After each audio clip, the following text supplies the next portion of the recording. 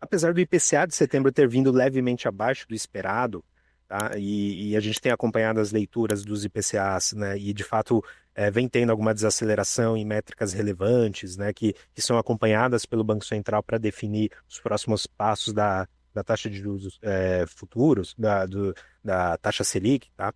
A nossa equipe econômica aqui avalia que a inflação corrente ela ainda representa um desafio, né? Soma-se a isso ao fato de que o IPCA ainda está muito distante do centro da meta de 3%, né, perseguida pelo Banco Central, e o fato das expectativas de inflação ainda estarem bastante desancoradas, embora né, elas tenham tido uma queda mais recente, tá?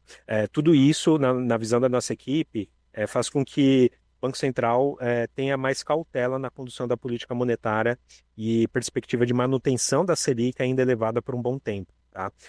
Justamente por isso e pelo discurso ainda duro, né, do Banco Central nesse combate à inflação, tá? A nossa equipe aqui trabalha com o início do ciclo de queda da Selic só em março do próximo ano. A gente está falando aqui, então, de aproximadamente 5 meses, tá, até o início do ciclo de queda, pelo menos com as informações disponíveis hoje. Isso muda, tá, pessoal? Então, o cenário é sempre dinâmico, tá? Mas com as informações disponíveis hoje, é esse o cenário, né, que a nossa equipe tem aqui, E, né? Enfim, e 5 meses, olhando o histórico, parece ser uma boa janela para se estar posicionado, e tá? Marx, breaking news aqui, ó. Selic mantido em 15% e foi em linha com o que você acabou de falar, cautela. Não vou entrar nos detalhes aqui agora, mas foi muito nesse tom que você acabou de dizer aí, tá? Questão É, internacional, enfim. bacana, acho que tudo isso reforça, assim, né, essa ideia de que ainda há trabalho a ser feito pelo Copom, tá? E aí essa previsão de Selic mantida nesse atual patamar ainda durante um bom tempo. Além disso, né, a nossa equipe econômica aqui trabalha com reduções graduais de 0,5 ponto percentual, tá, a partir do primeiro corte, que é lá no final de março do ano que vem, até atingir uma taxa terminal de 12% ao ano, tá, no fim de 2026. É um cenário assim bem conservador, tá? É, mas é o que eles estão enxergando atualmente, tá? Mais uma vez, isso vai mudando ao longo do tempo, a depender das atualizações das informações. E então, essa perspectiva de manutenção da taxa Selic, né, em patamares elevados até o final do primeiro trimestre de 2026, reforça muito a visão de que ainda estamos em uma boa janela para antecipar esse ciclo de cortes, e mais do que isso, tá? À medida que esses efeitos da política monetária contracionista eles se propaguem na economia, desacelerem a atividade econômica e façam com que a inflação convirja, o IPCA convirja para o centro da meta que o Banco Central procura, tá? A gente não descarta assim que a gente tenha mais espaço para reduções mais intensas do que as que estão atualmente precificadas nessas taxas de juros futuros já atualizados, tá? Então, nossa equipe trabalha com uma Selic terminal de 12% no final do ano que vem. Hoje, as taxas pré-fixadas para o mesmo período trabalham com uma taxa terminal de 12,5%, que é um patamar bem elevado, tá, pessoal? Então, se o Banco Central ele realmente for nessa direção, quando ele reduzir, é possível que ele consiga reduzir em uma velocidade maior do que está precificado hoje, e é possível que ele caia até mais do que está antecipado aqui pelo mercado.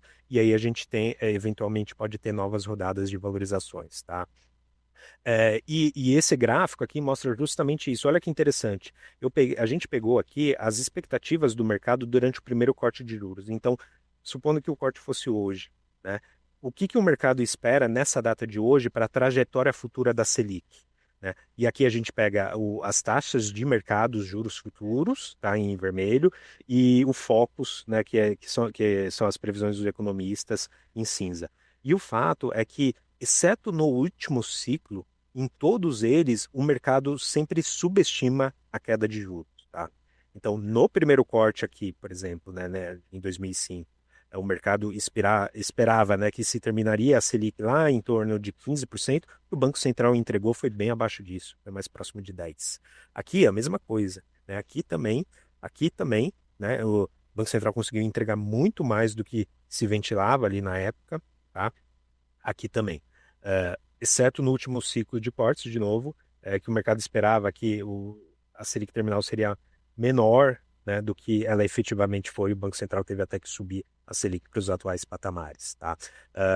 Claro que pô, isso significa que o passado vai se repetir? Não, né? Não necessariamente. Mas a história nos conta alguma coisa aqui, né? Um pouco do comportamento usual do mercado, tá? Se tudo isso for verdade, a gente, e claro, não é possível afirmar, né, se esse será o caso, e há diversos fatores de risco, né, que podem dificultar esse movimento de uma precificação maior do que o mercado incorpora hoje. Mas se, e uma vez isso acontecendo, a gente pode ter novas rodadas assim de valorizações mais robustas, tá? Nos ativos de risco, de modo geral, mas aqui em específico em fundos imobiliários, tá? De novo, a exceção foi o último ciclo passado. E aqui, né, eu trago, né, um ciclo, né, de mercado que a gente gosta de olhar muito aqui, eu pessoalmente gosto muito de olhar para definir a alocação em fundos imobiliários, tá? Para entender assim exatamente onde a gente está em cada um dos ciclos, tá? Já digo assim de antemão, né, que é uma forma assim de olhar o mercado bastante diferente do professor Baroni, está tudo bem, né? É, que aqui a gente gosta assim de olhar assim alocações em determinadas classes de acordo assim com esses ciclos, tá? E o que a gente acha, né? A gente acha que a gente está nessa fase 4 do ciclo de mercado, né? Que é quando o juro subiu e se mantém alto ainda, né? E a inflação ainda em nível alto, tá? Mas como a gente já está nesse processo de desinflação e de juro começando a cair, o juro futuro e a Selic vai na frente, a gente acha que a gente está nessa fase de transição entre a fase 4 e a fase um. Na fase 4, né, eu pessoalmente gosto de olhar com muito mais carinho para FIIs de papel IPCA e CDI. Tudo depende também dos níveis de preços praticados no mercado. Se essa classe estiver cara, aí eu prefiro outras opções, tá? Mas tudo mais constante, a gente olha com muito carinho para esses dois, porque o FII de papel IPCA que ajuda a te proteger no curto prazo já da inflação mais pressionada, e o FII de papel CDI+, tem um rendimento mais elevado diante de uma Selic mais alta, tá? E aqui não é só FII de papel. Mais FIIs de papel e um pouco menos de FIIs de tijolos. Mas o ideal, tá, na nossa visão, é sempre o investidor ter uma composição entre os dois, né? Não comprar só um ou só outro e ficar fazendo esses trades ao longo do tempo, tá? Ô, E, Marcos, manda. pode concluir, pode concluir. Não, eu só ia falar que a gente acha que a gente está nessa migração dessa fase 4 para a fase um, tá? E a perspectiva é que a gente chegue nela tudo mais constante de novo, mais para 2026, né? E a fase um é uma fase muito construtiva, tá? Que é, de novo, juros em queda, juros futuros caindo, como a gente já está nessa transição, e inflação estabilizada, tudo isso permite, né? A inflação estabilizar permite o Banco Central reduzir a Selic, tá? Nessa fase, é bom ter tanto o FII de tijolo como o FII de papel com bom risco de retorno, mas olhar com mais carinho, tá, para fundos de tijolos, tá? Mas aí agora eu passo para o professor complementar. Mas eu queria, aproveitando o seu slide, aproveitando aqui algumas considerações que a Silmara fez no chat, tá? Primeiro, ela falou que na carteira dela os fundos imobiliários estão acima das ações, então é importante ali colocar que o índice está dizendo alguma coisa, mas é porque realmente algumas blue chips subiram muito, né? Então, de fato, puxa o índice. Mas como a carteira das pessoas também não é o índice do IFIX, e normalmente uma carteira bem selecionada ela rende mais do que o IFIX, é bem plausível você considerar que os investidores, na média, podem ter retornos até superior ao Ibovespa, tá? Ou a sua própria carteira de ações. Essa é a primeira consideração. Mas a segunda, que eu acho que é até mais pertinente aqui, é que a Silmara diz o seguinte: meus fundos imobiliários já subiram bastante, será que eu devo continuar comprando, né? A gente tem que tomar muito cuidado com isso, mas muito cuidado. Porque aqui dá para a gente tirar vários aprendizados com essa pergunta da Silmara. Primeiro, aquela da ancoragem de preços, né? As pessoas ficam muito presas a esses últimos valores que foram pagos e transacionados, então a gente tem que tentar mostrar um pouco de que quando você vê um fundo negociando eu vou falar simbolicamente, tá? Um fundo negociando a cento e poucos reais, era comum você ver quando o cenário de juros bem mais estabilizado, esse fundo a 125, 130, 135, 140. Né? Um fundo de papel que hoje está lá 80 e alguma coisa, era muito comum ver ele a 110, 115, 118, né? Não estou querendo dizer que vai voltar esses valores, né? É importante deixar isso claro. Mas um fundo de logística que hoje está 115, 120, era comum estar 130, 140. Uns que estavam 150, era comum estar 200. Então, um fundo de shopping, um fundo de papel, um fundo de renda urbana, é muito importante todo mundo entender que, embora a gente tenha visto esse ciclo de alta, ele ainda não é o ciclo de alta definitivo, ele ainda não é o ponto final. Nós estamos ainda com juros futuros em 13, 13,5, perto de 14, dependendo do vértice, né? Esse juro tem potencial para chegar em 9, em 10. E quando a gente sai de 13 para 10, nós estamos falando de 30%, 35%, não é pouca coisa. Quando você pega um NTNB que hoje está em inflação mais 7,5 e ela vai para 5,5, é muita coisa. Não é 2%, nós estamos falando de 15, 20, 30%, depende do vencimento, claro. Mas, e também aqui não estou querendo dizer que vai acontecer exatamente o mesmo movimento, então o fundo imobiliário ainda tem potencial para subir 30%. Mas não me assustaria se isso acontecesse num cenário de 12, 24 meses. E um fundo imobiliário que sobe 20% e que entrega já um retorno anualizado de 10, 12, 15% ao ano, seja de papel, seja de tijolo, no composto é bastante coisa. Né? Não é desprezível. Claro, não é um crescimento explosivo, não é uma coisa que, nossa, vai produzir a maior riqueza da história da humanidade brasileira, dos investidores brasileiros, mas, como a gente falou lá no começo do nosso bate-papo aqui, estruturalmente falando, o fundo imobiliário, ele compõe uma carteira dentro daquilo que são as suas prerrogativas. Então, só para concluir, Marcos, que realmente eu vou precisar ir agora, mas eu acho que é muito importante a Silmar e todos que nos acompanham aqui ter esse discernimento também de que a gente não pode ter essa ancoragem de preço. Às vezes a gente vê pessoas falando assim: ah, mas eu comprei esse fundo imobiliário no final do ano passado, sei lá, 80. Estou dando um exemplo simbólico.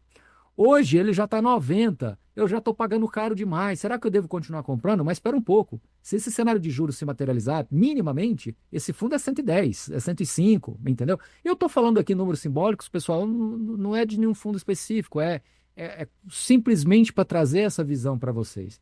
Né? Então, e lembrando que esse fundo que nós estamos falando aqui, hipoteticamente falando, se você fez uma boa seleção, é bem possível que ele seja melhor do que ele foi há 5 anos atrás, quando ele estava a 120, 130, entendeu? Então é muito importante a gente conseguir trazer esse contexto. Essas ancoragens de preços que as pessoas criam, eu falo que limitam muito, né? Por isso que eu sugiro, eu convido as pessoas a terem uma interpretação diferente, de serem colecionadores de cotas. O que é um colecionador de cota? É uma pessoa que age com bom senso. Obviamente, ela não vai pagar exageradamente caro. A gente está longe ainda daquele cenário que a gente viu, por exemplo, 18 e 19, em que os fundos negociavam com ágios assim 30, 40, 50%. Né? Naquele momento, por exemplo, a gente orientava muitos investidores a olharem mais para as ofertas, as oportunidades estavam mais nas ofertas. A gente ainda está muito distante desse cenário, de termos assim ofertas com ágios, permitindo grandes e grandes arbitragens de preço entre o primário e o secundário. Estamos longe ainda desse cenário, mas é um cenário possível se nós olharmos aí para 12 a 24 meses, que é exatamente o estudo do Marx, considerando quando os juros começam a cair.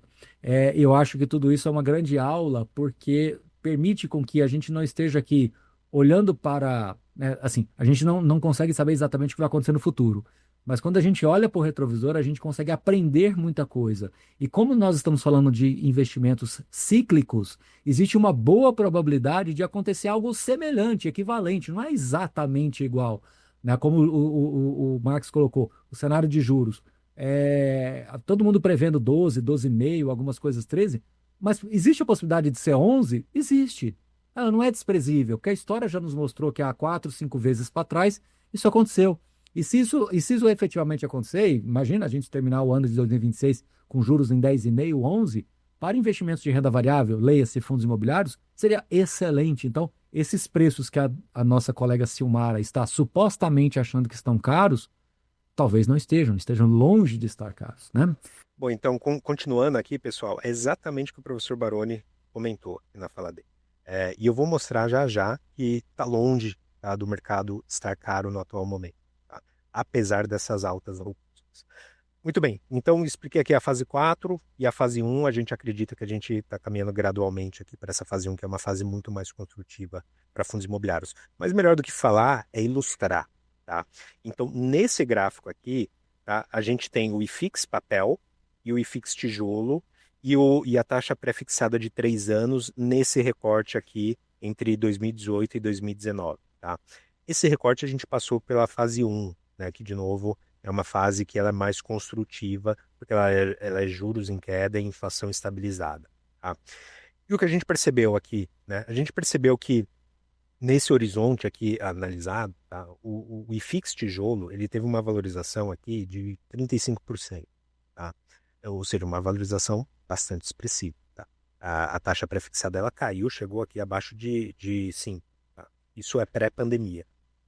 O IFIX papel também teve uma boa valorização, em torno de 15%, mais metade, tá, do que o tijolo. Por isso que na fase 1, né, a gente enxerga assim, até maior potencial em tijolo, justamente por conta desses aspectos. Aqui é um exemplo, a gente não espera, tá, que ano que vem um desempenho desse se repita, tá? Que é um contexto muito específico. A gente tinha, né, um arcabouço fiscal, que era o teto de gastos, muito mais robusto do que a gente tem, né, no arcabouço fiscal atualmente. O mundo também era diferente, tá? Enfim, tudo isso possibilitou essa queda significativa de juros, tá? Apesar de ser uma fase 1, que é a nossa expectativa, a gente não tem essa expectativa hoje para o ano que vem, não nessa magnitude, tá?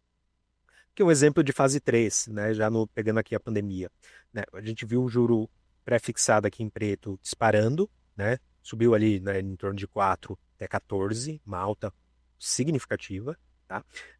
E com isso, né, o que a gente percebeu? O IFIX tijolo, tá? Ficou meio que no 0 a 0, claro, também impactado aqui pela pandemia, os shoppings sofreram, as lajes também, tá? Mas o IFIX papel protegeu muito bem o capital do investidor, né? Subiu aqui nesse acumulado quase 30%, né? Na verdade, 25%. Tá? E por que isso aconteceu? Né? Porque na fase 3, né, é uma fase em que o juros está estabilizado, né?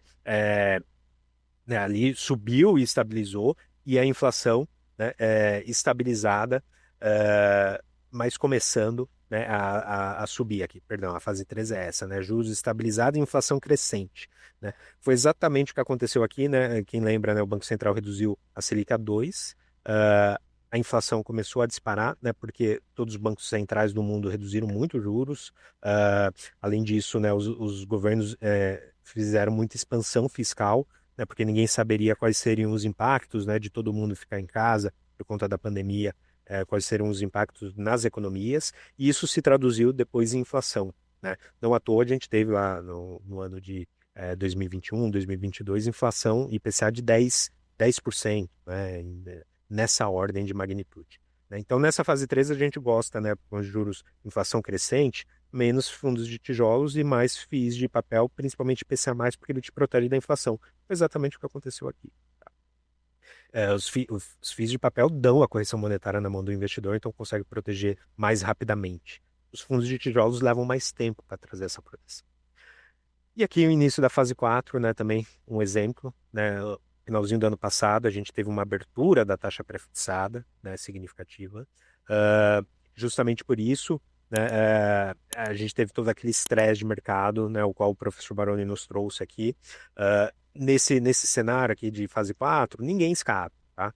FIIs de papel e tijolo performam mal, só que papel tem maior resiliência, eles caem, mas caem menos, né, do que os fundos de tijolos historicamente, tá? Aqui a gente só trouxe um recorte para vocês entenderem, tá? Então, justamente por conta desse mecanismo aqui, na fase 4, a gente também gosta de alocação prioritária em fundos de papel, mas, de novo, não abrindo mão também de uma alocação em fundos de tijolos, né, que nesses períodos aqui negociam com grandes descontos. E lá no gráfico anterior, né, alguns slides anteriores aqui, eu mostrei, né, ficou bem claro assim, que os fundos de papel eles estão com desempenho bem abaixo dos fundos de tijolo esse ano, né, justamente, né, porque a gente começa a transitar para um contexto mais parecido com esse, tá? Agora, Marx, ainda tem oportunidade, então, tá? E para responder isso, né, o que eu peguei? Eu peguei o PVP, tanto do IFIX, né, como o IFIX papel, o IFIX tijolo e o IFIX FOF, né? Para entender como que as classes estão se comportando depois dessa forte alta aqui que a gente passou ao longo do ano. O que a gente percebe, tá? O IFIX, né, iniciou o ano aqui, né, em um patamar muito descontado em relação ao valor patrimonial, né? Aqui, né, uma ordem de magnitude de 80%, né, em relação ao PVP, né, isso significa 20%, pouco mais de desconto sobre o valor patrimonial. Depois dessa recuperação, né, esse desconto é menor, mas ainda é muito acima das médias históricas, tá? E ainda é muito descontado em relação ao valor patrimonial, tá? Hoje, um desconto aqui no IFIX é 11% em relação ao VP. Os fundos, como o índice mudou de composição ao longo do tempo, tá? É legal olhar, né? Então, o FIX papel, e FIX tijolo e FOFs individualizado para entender o comportamento deles. E o que eles nos contam? A mesma história, tá? E o FIX papel também está bem menos descontado, né, em relação ao valor patrimonial, 7% aproximadamente, mas ainda bem longe da média histórica, tá? E o fixo tijolo é a mesma coisa, bem distante da média histórica e em relação ao patrimonial. O patrimonial aqui tem que somar 100%, né? Então, desconto aqui em torno de 15%. E os FOFs até mais descontados, tá? Tanto em relação à média histórica como no patrimonial. Então, olhando assim, preços médios de mercado, claro que aquele fundo que está melhor precificado, aquele que está pior, mas preços médios de mercado, os descontos ainda estão muito elevados, tá? Não tanto quanto naquele período, mas ainda em patamares bem interessantes, tá? É essa a mensagem. Então, sim, ainda estamos bem posicionados, até reiterando o que o professor trouxe ali sobre a dúvida da Silmara, né? Poxa, subiu muito, né, meus FIIs de papel. Será que está caro? Claro que tem que olhar os casos individualizados, pode ter um pouco mais esticado, menos, mas olhando o agregado aquele mercado, a média de mercado, a gente percebe que não estão caros ainda, tá? Bom, Marx, entendi assim que os preços em média ainda estão atrativos. Mas e os fundamentos, né? Que a gente está com o Selic a 15%. Pô. Quando não, o juro sobe, a atividade econômica esfria e os mercados imobiliários são impactados. O que a gente está vendo hoje? A gente não está vendo assim, um mercado imobiliário ruim, muito pelo contrário. Tá? Inclusive, por isso a gente trouxe aqui para vocês, nas duas edições anteriores, aqui do Liga, duas ou três, né, profissionais de mercado, especialistas, para trazer o panorama tanto sobre o momento das lajes corporativas como galpões logísticos. Tá?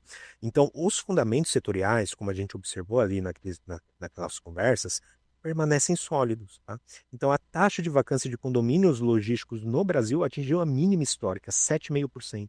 Historicamente, tá? Quando a taxa de vacância está abaixo de 12 ou 10, o mercado vira proprietário, né? Então, os proprietários passam a ter maior poder de barganha para negociar os preços dos aluguéis, né? Enquanto que a vacância mais alta coloca o poder de barganha na mão dos inquilinos e aí pressiona o valor de locação. Como a gente está nessa dinâmica positiva para galpões logísticos, né, o que a gente tem visto no final do dia é que esse cenário tem permitido que os proprietários reajustem, façam reajustes expressivos nos aluguéis durante renovações e revisionais contratuais, tá? Em alguns casos até acima da inflação, principalmente nesse raio até 30 quilômetros aqui da cidade de São Paulo. Então, se entre 2015 e 2020 o preço médio pedido, aqui galpões logísticos a nível nacional, Brasil, tá? O preço pedido aqui do aluguel dos galpões logísticos a nível nacional ficaram de lado, tá? Em torno aqui dos R$ 20. Mais recentemente, a gente tem visto um aumento, né? Atualmente o praticado é 29, claro que tem regiões que são mais, tem regiões que são menos, tá? Muito por conta, né, dessa queda da taxa de vacância. As lajes corporativas também estão indo numa direção positiva, como a gente viu em lives passadas no Liga, né? O Fernando nos trouxe aqui os dados, tá? Então, já claro que ela está numa fase do ciclo imobiliário muito inferior, passos atrás dos galpões logísticos, né? Então, a gente está falando aqui de taxa de vacância, 17%, 18%. Mas eles foram muito impactados, né, pela pandemia, então é natural, né? Os movimentos aqui ocorrem gradualmente, então é natural que as lajes estejam para trás, tá? Mas já é o menor nível desde a pandemia, tá? Em termos de taxa de vacância, e a perspectiva é positiva, né? Olhando as principais regiões aqui de São Paulo para lajes corporativas, exceto o caso da Faria Lima e Pinheiros, que tiveram aumento da vacância em relação a 2023 até 2025, o último terceiro trimestre, né? Então Faria Lima subindo para 9,4, Pinheiros 13,5. Exceto esses casos, as outras principais regiões tiveram quedas robustas, tá, de taxa de vacância. O Olímpia saiu de 17 para 14. Paulista caiu pela metade a vacância, 20,5 para 10,5. Berrini também quase metade, 22 para 12. Na Chucre Zaidan, 33 quase para 16, 17, perdão. Chácara Santo Antônio de 50 a 33, né? Tudo isso mostrando, né, que o mercado tá mais construtivo, tá positivo. Primeiro vem queda de vacância, depois reajustes mais significativos nos valores de locação, tá? Então a mensagem aqui é que os fundamentos, tá, dos fundos imobiliários de modo geral, eles estão robustos. Aqui eu nem trouxe o caso dos shoppings, mas eles vão nessa mesma direção, né?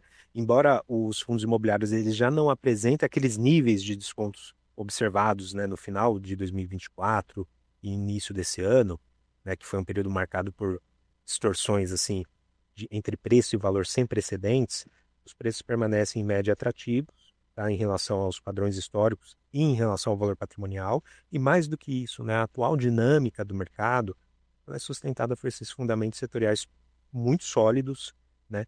Muito em função do bom desempenho da atividade econômica. Então, a expectativa do nosso time aqui é que se tenha assim, uma desaceleração da atividade econômica, né? Mas longe hoje, né, no cenário base aqui nosso, né, de uma grande recessão, algo do tipo como a gente passou em 2015 e 2016, pelo menos não com as informações disponíveis hoje.